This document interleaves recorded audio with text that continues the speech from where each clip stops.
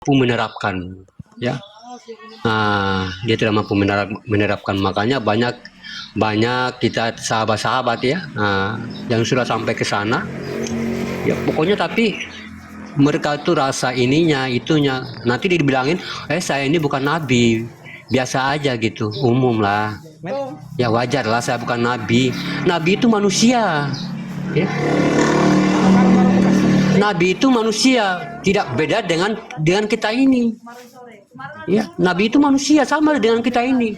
Cuma Nabi itu mampu menggali potensi-potensi ketuhanan, dalam artinya mampu menggali potensi ketuhanan di dalam dirinya. Ya, kita juga begitu mampu, cuma kita tidak mampu. Ya, tidak mampu. Mereka itu juga manusia sama seperti kita. Makanya akhlaknya melebihi manusia, artinya melampaui batas sifat manusia. Kenapa? Karena beliau mampu. Ya. Beliau mampu menerapkan kasih sayang tadi. Ya, diludahi beliau, dilemparin batu, beliau biasa aja gitu. Karena apa? Tidak menyakiti, artinya dia tidak menguntungkan bagi dirinya. Saya mau balas pun juga tidak menguntungkan, saya mau jawab pun tidak menguntungkan. Ya mending diam aja gitu. Mending diam aja, mengheningkan hati saya, ya, artinya menjernihkan pikiran saya biar tidak menjadi pikiran bagi saya. Diam aja, makanya beliau tidak pernah sakit. Ya. Makanya beliau kita ini tidak pernah sakit. Kenapa? Sesuatu yang terjadi di sekitarnya ataupun pada dirinya, itu dia selalu tidak membawa dalam hatinya menjadi satu kedengkian. Kedengkian akan menimbulkan pikiran. Pikiran akan merasuk diri kita ini, terutama kepala. Muncullah pikiran kemana-mana, sakit hati lah, inilah, stres lah, depresi lah, akhirnya sakit kita.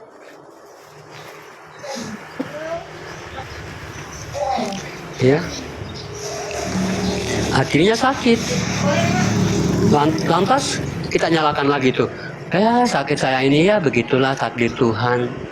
Lah, Tuhan pula yang disalahin, takdir pula yang disalahin. Padahal semua semangat.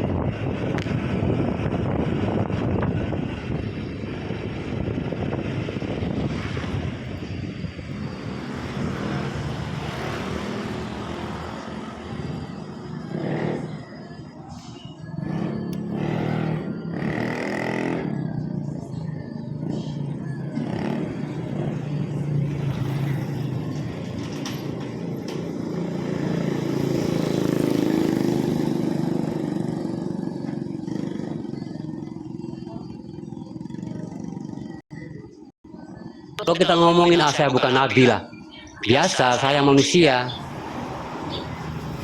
Lu yang bawa-bawa sendiri manusia, lu yang ngomong sendiri lu makhluk. Makhluk itu kan setara dengan hewan.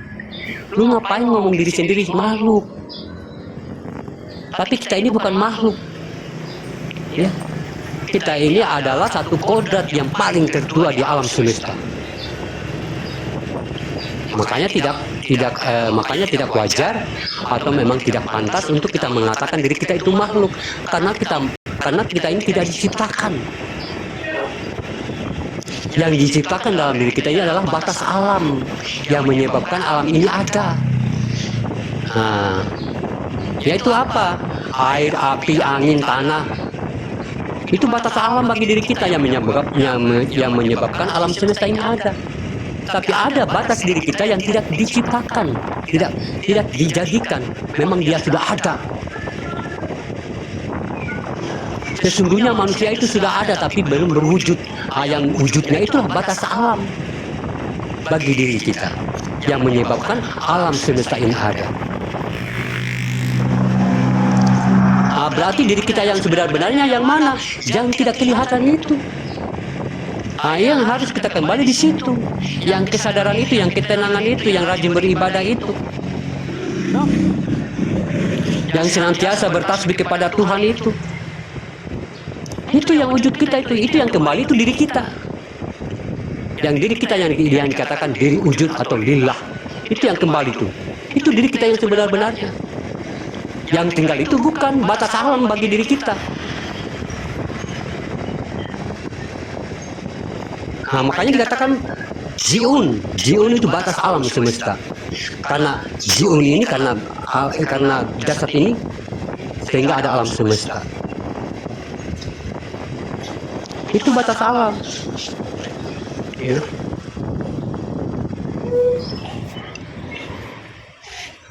Jadi harus perlu kita pahami. Ya, kalau kita ngomong amalia harus ada batasannya.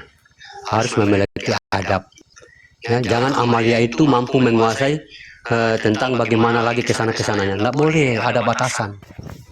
Ya, kita makhluk, nggak boleh. Itu ada batasan. Kita ini bukan makhluk, ya. Batasan alam pun kita dibuat itu sebaik-baiknya batasan alam itu. Ya. Semua sudah ada energi, semua sudah ada ini macam-macam sampai dia mampu menampung zat dan nur.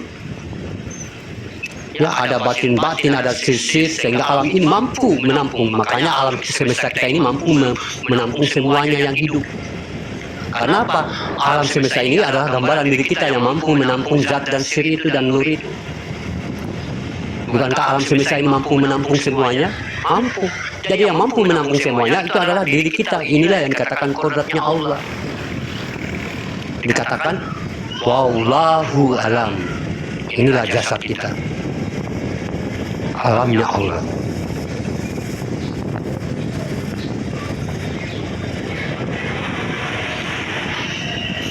Jadi harus ada adab, ya. Kalau kita mengatakan diri kita harus ada adab. Allah menciptakan harus ada adab. Kita makhluk harus ada adab. Tidak bisa kita hanya mentang-mentang begini lalu kita mengatakan, makanya kita selalu merendahkan diri kita.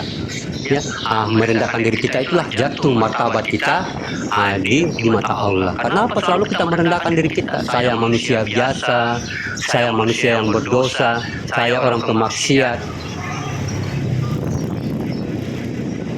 Mereka tidak lupa. Mereka itu mengucapkan dengan kalamullah.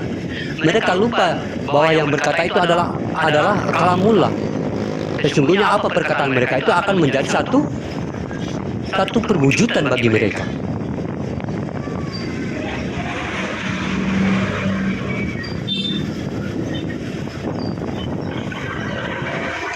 Makanya sahabat beriman, kalau hati kita sudah berkata, berarti mulut kita berkata.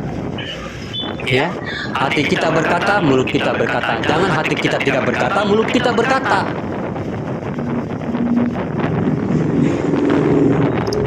Ya, makanya kebanyakan kita manusia berkata itu tanpa melalui hati. Makanya ngomongnya itu kasar-kasar. Ngomongnya pada nggak sopan, ngomongnya nggak beradab, ngomongnya pada yang menyakitkan. Kenapa? Perkataannya bukan timbul di hati dulu lalu ngomong.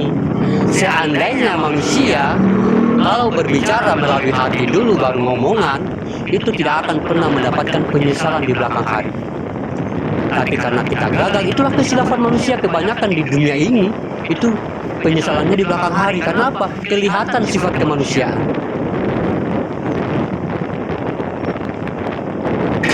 Ya, kenapa sih manusia lebih dominan menyesal di belakang hari? Kelihatan tuh sifat kemanusiaan. Kelihatan banget. Tapi kalau ingin tidak mendapatkan penyesalan di belakang hari, berarti hati kita ini berkata dulu, ini saya mau kerjain apa benar apa enggak nih? Saya mau kerjain, saya mau masuk bui apa enggak nih? Mau masuk sel apa enggak nih? Hati kita berkata tuh, ini kalau saya ngambil, nanti tiba-tiba saya didapati sama orang, ini saya nyuri. Lantas kalau saya nyuri, saya di sel, lantas orang-orang di rumah mau makan apa? Muncul hati. Tapi kalau tidak dia melalui hati, apa yang dia pikirkan atau apa yang dia bicarakan, akhirnya menyesal di belakang hari. Makanya dominan kita manusia di dunia ini menyesalnya di belakang hari. Gitu, karena sifat kemanusiaan terlalu kental, ya,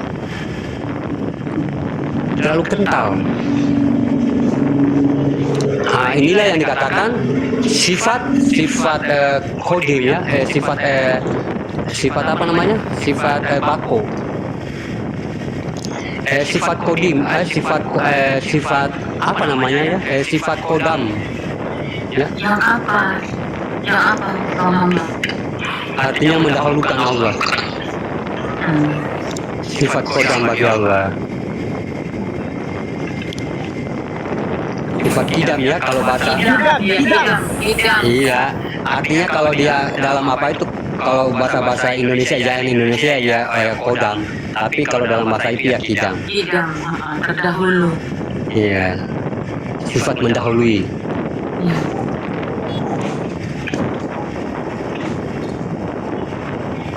Nah, jadi yang itu yang harus kita terapkan, sifat kidam itu, ya, sifat-sifat yang mendahului bagi diri kita. Nah, jadi sebelum kita melakukan sesuatu pekerjaan, kita pikirkan dulu, dia dulu yang memikirkan kita. Ini saya mau berbuat ada gunanya apa enggak nih? Jangan sampai menyesal buat saya atau menyesal seumur hidup saya. Kalau menyesal seumur hidup saya, lantas anak-anak saya mau makan apa? Mikir kita, ya. Jadi tidak akan berbuat. Kalau masih ada artinya sifat-sifat tentang bagaimana kedekatan dia dengan Allah. Tapi dia kalau memang dia diikuti sifatnya, diikuti kemanusiaan, tentulah akan, walaupun hati itu berkata, walaupun jiwa itu berkata begitu, jangan, tapi kalau memang sifat keakuannya kental, dia akan tetap melakukannya. Makanya kebanyakan orang itu walaupun itu dosa tetap berbuat. Nah, itulah karena apa? Kekentalan sifat kemanusiaan terhadap diri kita.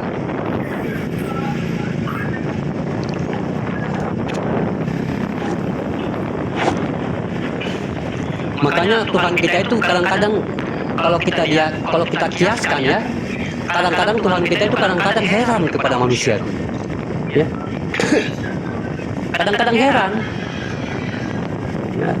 Padahal katanya Allah, padahal aku ini rezeki, katanya, right? Padahal aku ini sendiri rezeki yang paling terbesar. Padahal aku ini kebaikan yang paling terbesar. Padahal aku ini pembawa berkah yang paling terbesar. Tapi kok heran, kenapa, ya?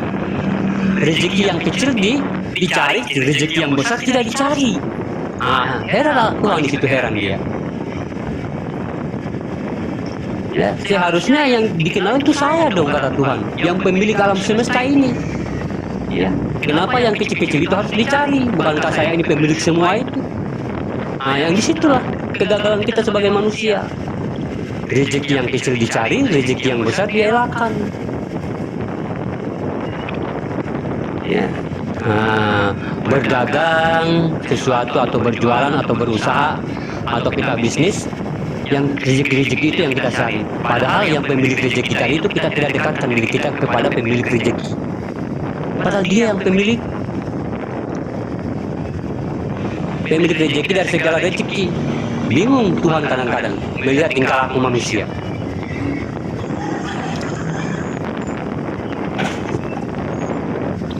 Orang Jawa bilang, lu napo apa namanya, golei ngene cili-cili iki lho aku iki wong gede.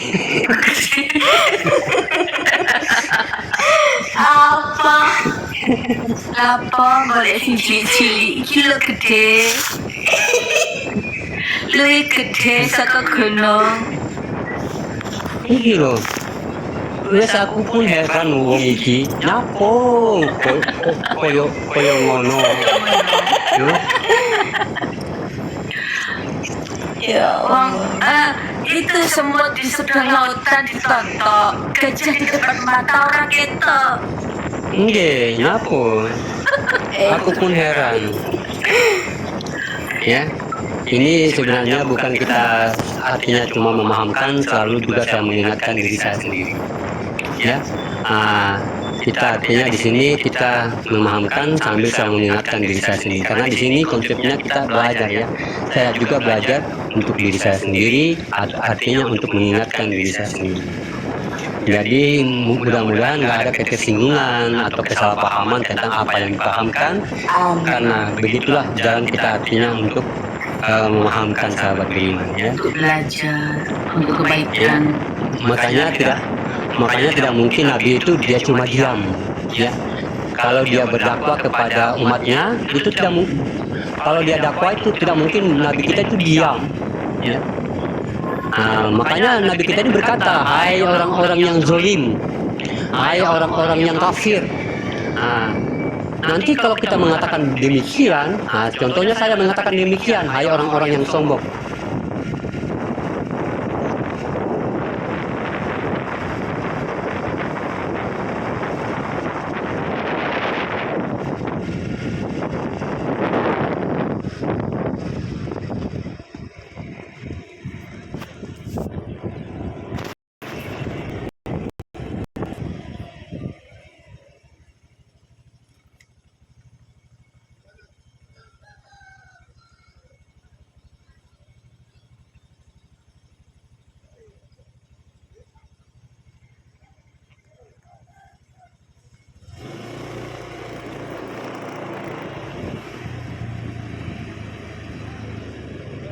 Yo, minum dong.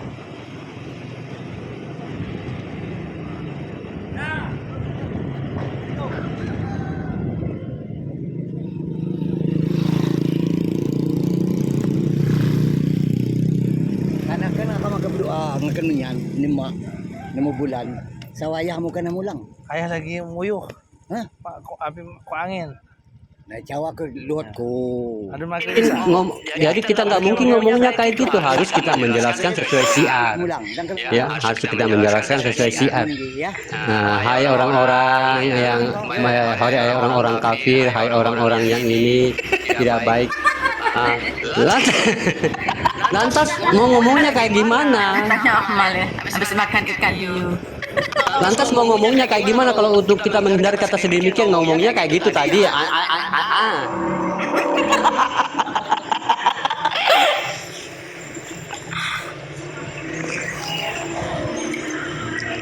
Makanya sahabat beriman dengan pemahaman ini kadang-kadang banyak juga orang yang tersinggung ya.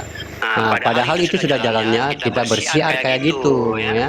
Bukan berarti saya itu merasa sudah baik ya, bukan berarti merasa tidak. Ini adalah satu peringatan buat diri kita masing-masing, termasuk diri saya. Makanya jalan siar itu memang sudah ada jalannya kayak gitu. Makanya jangan kita menimbulkan satu artinya ya kesinggungan atau kesalahpahaman tentang apa yang dipahamkan ya. Jadi nggak mungkin saya mau diam gitu ya, diam gitu atau kata-kata lain gitu ya, nggak mungkin. Jadi harus ada kata jalurnya. Masya Allah, musafir aja dulu. Udah, kan musafirnya sampai ke ini, ke Malaysia. Udah Pak D Sopon deh, Sopan ini.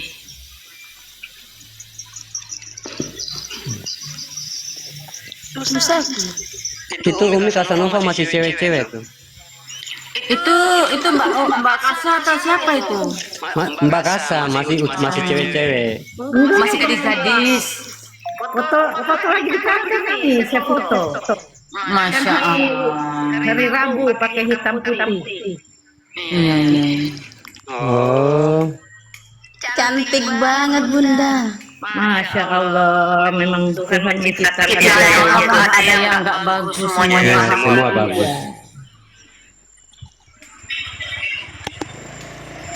Yo, Amin. Bang Pena ketawa tadi, Bang Pena.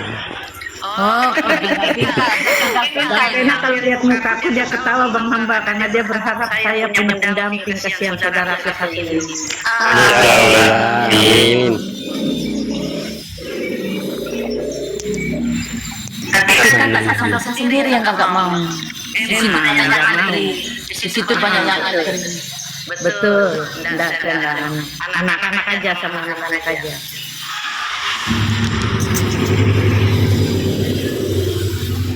Jadi Assalamualaikum warahmatullahi wabarakatuh. Waalaikumsalam. Waalaikumsalam. Kita sehat semua. Amin. Amin. Sesungguhnya apa yang disampaikan oleh Pak Guru ketika muncul sifat tegas beliau, kalau bagi saya itu saya pribadi seperti hikmah atau apa yang pernah dalam Kecil suaranya Bapak Pen. karena ketika beliau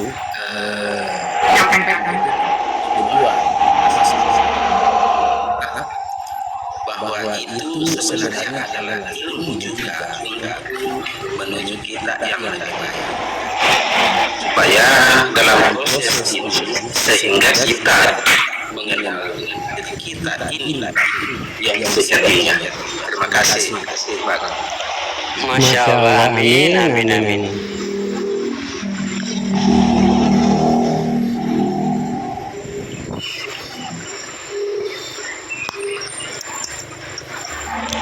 Amin.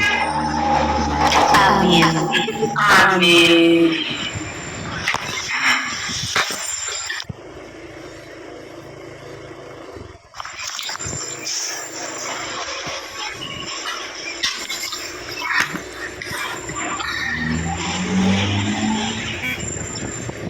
Mungkin ada yang mau ditanyakan, silakan sahabat bagaimana.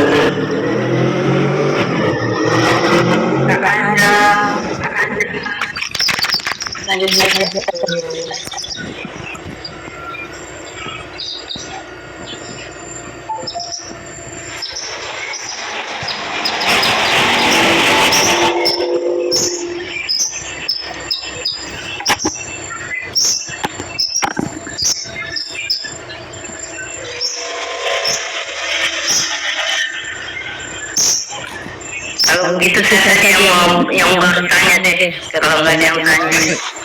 Iya, silakan Umi. Iya, ini soal kehidupan sehari-hari Bang Hamba, karena Bang Hamba kayaknya pembahasan ini kan kehidupan sehari-hari dalam perilaku kita bermasyarakat, berkeluarga dan berseimam gitu. Iya. Begini Bang Hamba, kalau kehidupan kebaikan, alhamdulillah saya pasti semua, bukan hanya saya, pasti kita telah diajarkan oleh orang-orang tua kita dulu, baik nenek kita, mbah kita, leluhur kita, bahkan terakhir pasti orang tua, karena itu yang paling berdekatan dengan usia.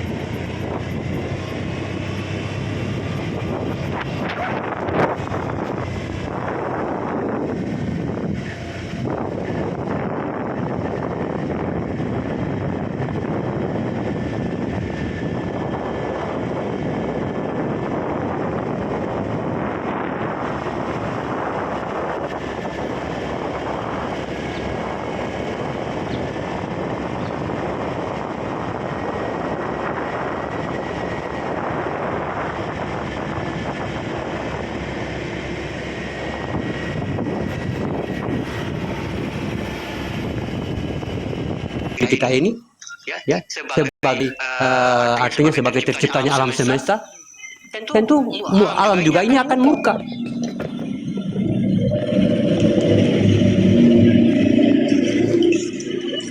Jadi yang kita pegang hanya bagaimana kita meluruskan hati orang lain. Nah, itulah yang dipegang oleh Nabi. Ya, kalau saya mau kasih tahu rahasianya, ya, Nabi itu cuma pegang itu doang. Ya. Makanya beliau ini selalu dia digambarkan memegang satu tongkat. Nah, itulah lurus itu hakikatnya. Makanya beliau itu kalau digambarkan, kalau dikiaskan, itu dia selalu beliau memegang satu tongkat. Ya, itulah kelurusan hati beliau. Itu yang dikatakan alif mim kembali kepada mim, yaitu sifat ma'ani di ubun-ubun.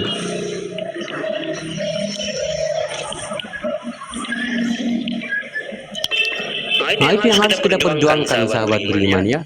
Nah, jadi kita menuju fanafilah itu bukan hanya kita menuju, kita harus juga perjuangkan yang itu. Pokoknya harus komplit lah, biar kita ini seutuh-utuhnya menjadi batin Allah, seutuh-utuhnya menjadi diri nafsnya Allah.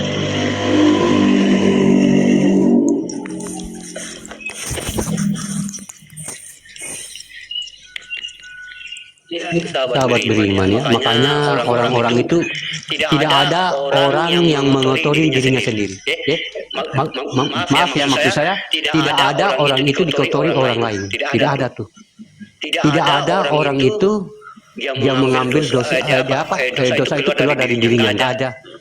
Dan tidak ada orang itu mengotori orang lain. Tidak ada. Semua yang kotor, semua yang dosa itu muncul dari diri manusia. Iya, nggak ada tuh, nggak ada istilah bilang saya sakit itu dari yang lain, nggak ada. Dosa itu dari orang lain, nggak ada. Ya, tapi semua itu ada karena dari dirimu sendiri. Makanya lebih pentingnya kita itu harus kembali kepada diri kita, mengkoreksi diri kita. Coba kita jalankan, sahabat beriman. Kalau kita lagi habis sholat, kita renungkan dalam sholat. Ya, habis sholat kita duduk diam-diam, renungkan diri kita ini, kita koreksi apa yang salah dalam diri kita. Mungkin kita sebagai yang selalu ini bercerita yang ini harus saya hentikan. Bagaimana selalu senantiasa saya melihat, memandang kepada sesama itu adalah artinya positif bagi saya. Tidak ada rasa dendam, biasa aja gitu, lurus aja gitu. Nanti akan kita mendapatkan keberkahan di situ, ya.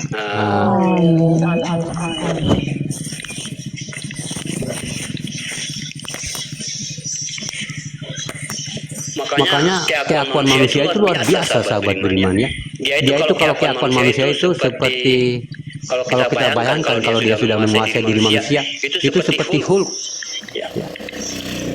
Hulk mudah saja dia membanting-bantingkan manusia itu. Ya. Masa kita bisa kalah dengan satu Hulk, sedangkan kodat naf-nafnya Allah banyak dalam diri kita. Ya. Ada apa di dalam diri kita? Ada naf-nafnya. Ya. Banyak naf-naf yang mampu menangkis Hulk ini. Makanya kadang-kadang juga kita heran.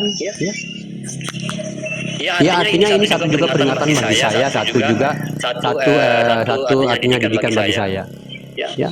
Kadang-kadang kita takluk dengan pikiran, ya, tunduk dengan nafsu. Tanya diri kita, ya, kenapa kok saya bisa tunduk kepada nafsu saya? Seharusnya saya tunduk kepada Allah untuk mengalahkan nafsu saya. Nah, ini juga harus kita tanya, kita bertanyakan tentang diri kita. Oh, berarti saya tidak mampu menundukkan nafsu saya, berarti saya masih jauh, ya, masih jauh kepada Allah. Berarti saya tidak mampu menundukkan nafsu saya, berarti saya masih jauh kepada Allah. Berarti saya harus lebih mendekatkan saya diri kepada Allah. Saya masih banyak kena sakit-sakitan, sakit inilah sakit itu, berarti kita masih jauh kepada Allah. Kenapa rezeki saya masih ini, berarti masih jauh kita kepada Allah. Selalu positifkan diri kita itu kepada Allah.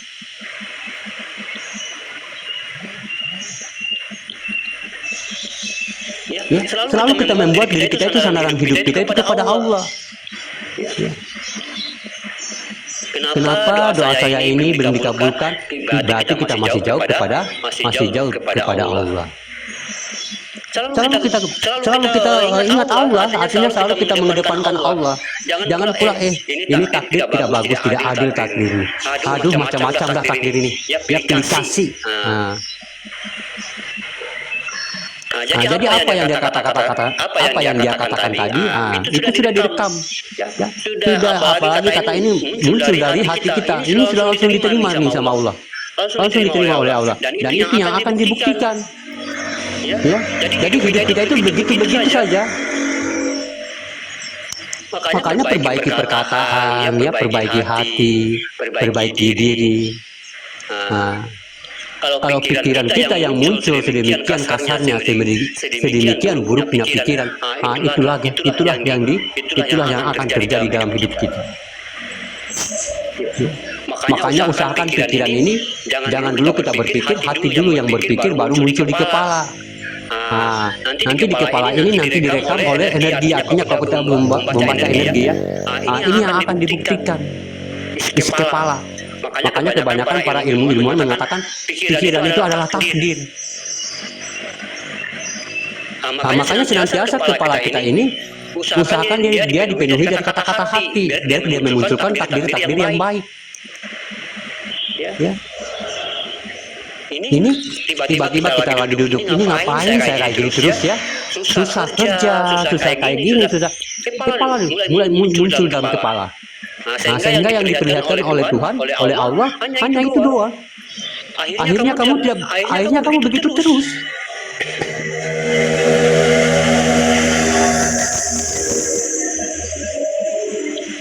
Ya. Tapi bagaimana kita senantiasa memendernihkan kepala kita? Makanya letaknya ma'ani itu di kepala, di ubun-ubun. Ya, mim kembali kepada mim, ubun-ubun itu kepala. Sifatnya sifat ma'anawiyah, ma'ani di kepala. Makanya kalau ma'ani ini sudah kumpul 7 di sini, itu yang dikatakan orang-orang yang mukminin, orang-orang yang soleh. Kenapa? Kebanyakan manusia itu digulingkan oleh kepalanya. Kebanyakan penyakit itu muncul dari kepalanya. Coba kepala itu, otak itu isi yang baik-baik, ya. Kalau pikiran yang buruk-buruk akan muncul keburukan. Makanya harus selalu senantiasa gunakan hati. Ya. Hati kolbu gunakan. Buang rasa akal, ragu-ragu, was-was. Munculkan ke atas sifat ma'ani bagi diri kita. Luruskan hati kita kepada orang lain. Nanti kita akan mendapatkan keberkahan-keberkahan, ya. Kenapa tiba-tiba saya begini? Kenapa tiba-tiba saya begini? Ya. Karena Allah itu tidak berdusta, sahabat beriman. Ya. Tidak pernah berdusta. Makanya kenapa orang yang pembisnis, orang-orang yang kaya itu, ya, itu mereka mengandalkan kepala. Mereka selalu mempositifkan kepala itu dengan aura-aura positif, bukan aura-aura negatif. Mereka pikirnya itu di dalam kepala itu cuma uang dan uang. Makanya mereka itu langsung artinya ya kaya gitu. Makanya saya katakan tadi, kalau orang yang berilmu, kalau orang yang pembisnis, orang-orang yang berusaha, orang-orang pengusaha, mereka mengatakan itu isi kepala itu adalah takdir.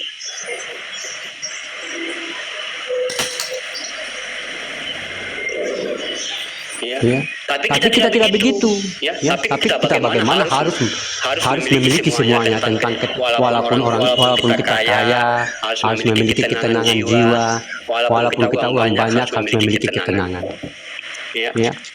Jadi pikiran kita ini harus dari hati munculkan, ya, munculkan sampai ke kepala kita, baru kita ngomong. Lihat anak, mungkin anak kita ini nakal, ya. Munculkan dalam hati kita ini, baru sampai ke dada, sampai ke kepala, baru kita ngomong, jangan begitu, itu tidak baik. Jangan pula kita mengatakan, bodoh kamu ini, nak. Kamu coba lihat anaknya siapa itu, kayak gitu bagus. Kita membanding-bandingkan anak kita, sehingga apa yang kita katakan menjadi kenyataan. Bodoh terus keluar anak.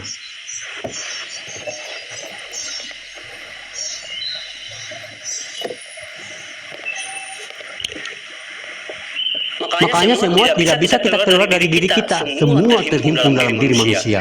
Penawar penyakit, penawar batin, penawar apa, semua apa?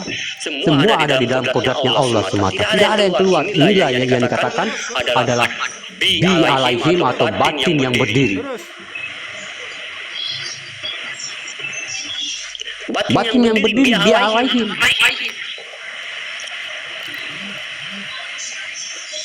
Yang tidak artinya orang tidak ajarkan untuk berdiri, dia berdiri dengan sendirinya. Ada yang ngajarin berdiri nggak ada. Dia berdiri dengan sendirinya. Tidur, bangun, berdiri dengan sendirinya.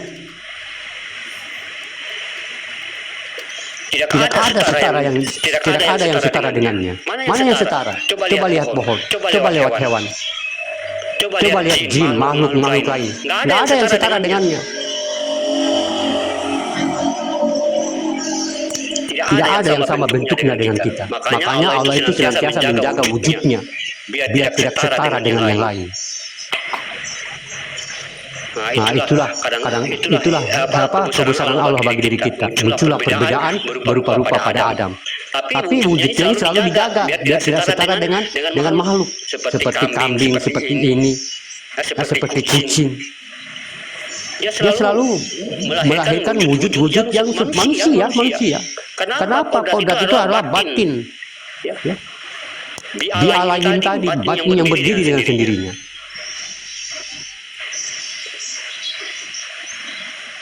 Makanya kalau kita mengatakan tidak ada yang setara, tidak ada yang sama berdiri dengan sendirinya, jangan lari keluar, lari ke dalam.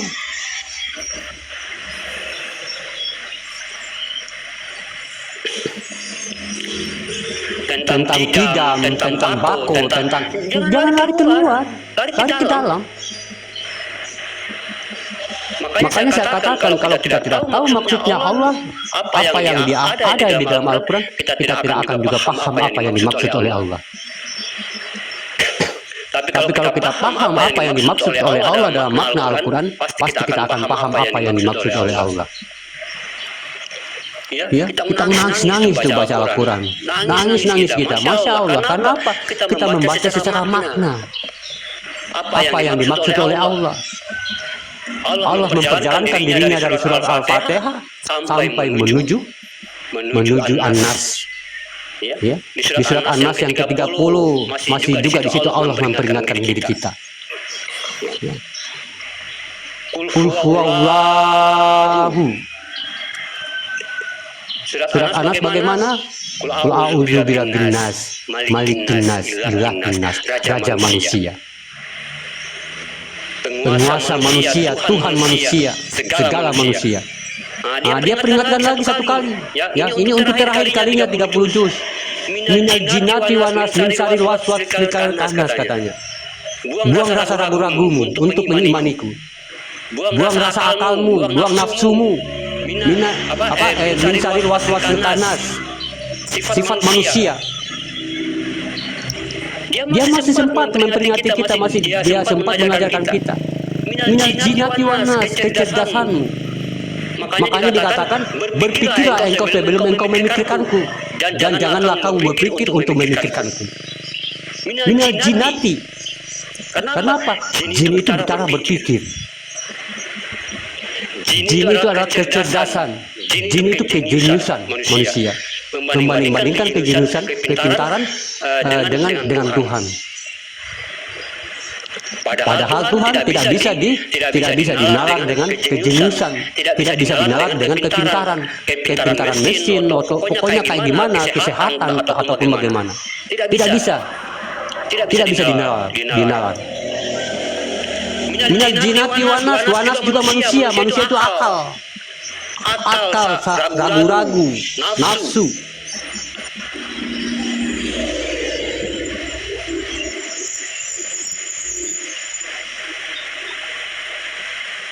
Dia masih sempat lagi memberitahu kita.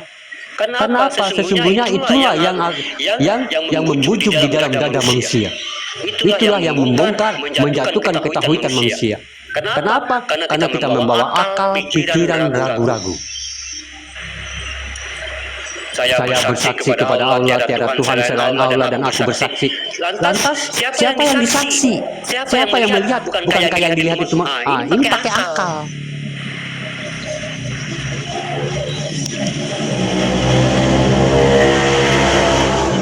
Makanya kebodohan kadang-kadang kebodohan walaupun kita terlihat pintar, tapi kadang-kadang kebodohan yang terlihat.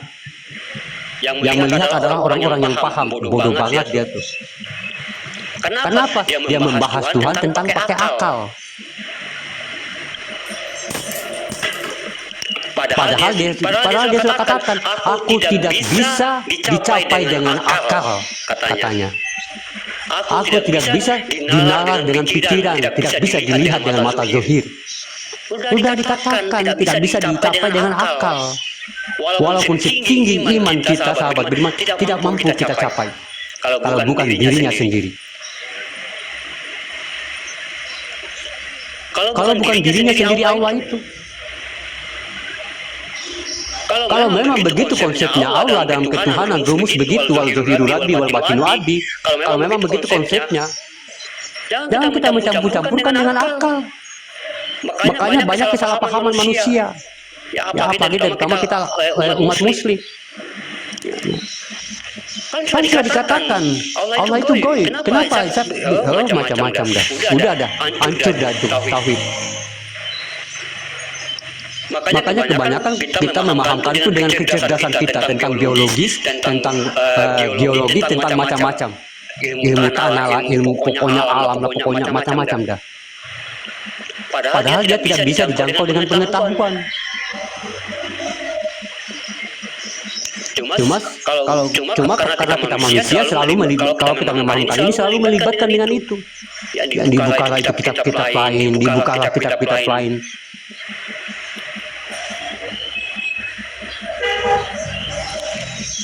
Masya Allah.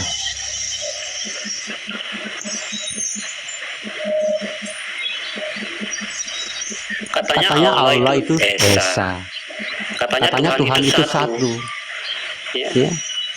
Katanya Tuhan itu satu. Laisa kamislihi syai'un. Katanya Tuhan itu berdiri dengan sendiri. Buktikan kalau dia Esa. Ya. Kalau dia memang hanya satu, buktikan. Jangan ada pula yang memiliki maha berilmu. Jangan ada juga yang memiliki maha baik. Jangan ada lagi yang memiliki maha adil. Hanya dia yang adil, hanya dia yang baik, hanya dia yang maha memiliki.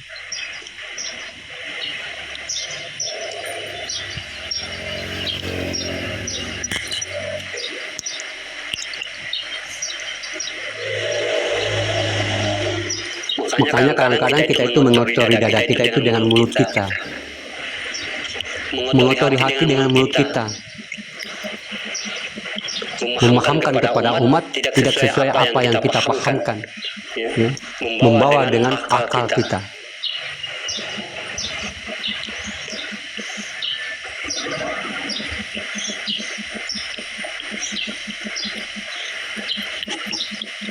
Pak Guru. Oh iya Kak Nevi, ini sudah jam 12 ya. Mohon maaf nanti sore dilanjut. Kalau Bang Hardi CT nanti siang mau oleh silahkan, harusnya pulang sore. Mau kerja iya. Iya. Oh iya Kak Nevi. Bang Nevi, makasih Bang Hamba. Iya sama-sama, sukses selalu semuanya. Itu Bang Hamba, enggak jam 4 pulangnya jam 4. Nanti siang kalau Bang hati-hati ya Bunda. Iya. Bunda hati-hati di jalan. Mbak Marleni, ini kantornya dekat. Iya, makasih. Iya, makasih semuanya ya, makasih semuanya. Lah katanya siang tuh jam 9. Enggak, saya ada online sedikit Kak Nevi. Oh iya. Iya. Sehat selalu Pak Guru. Iya. Iya, amin sama-sama. Hajatnya Allah mudahkan ya Rabbal alamin. Secepat seperti ke depan mata. Amin. Amin. menjadikan keberkahan untuk kita semuanya yang menyampaikan maupun yang Amin ya Allah, amin. Amin. berkah selalu Pak Guru. Istiqomah ya Bunda. Amin. Dengan doa yang sama. Amin. Amin. Mohon maaf lahir dan batin ya Rabbal alamin. Assalamualaikum warahmatullahi wabarakatuh. Waalaikumsalam. Waalaikumsalam warahmatullahi wabarakatuh.